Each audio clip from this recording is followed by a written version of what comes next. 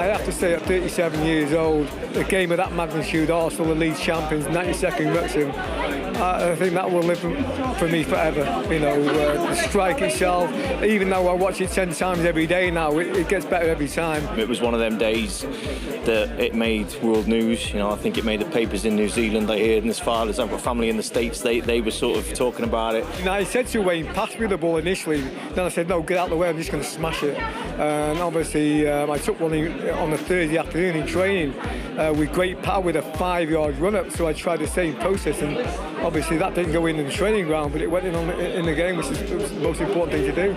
I don't think they could believe it. I couldn't believe it. No one could believe it. But what an atmosphere when that ball did go in the back of net. 30,500, incredible feeling.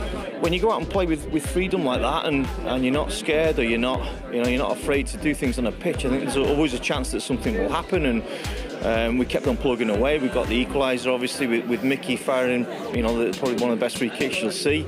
And lo and behold, Steve scored two minutes later, with a fantastic finish. It's one of those moments in your life you always remember.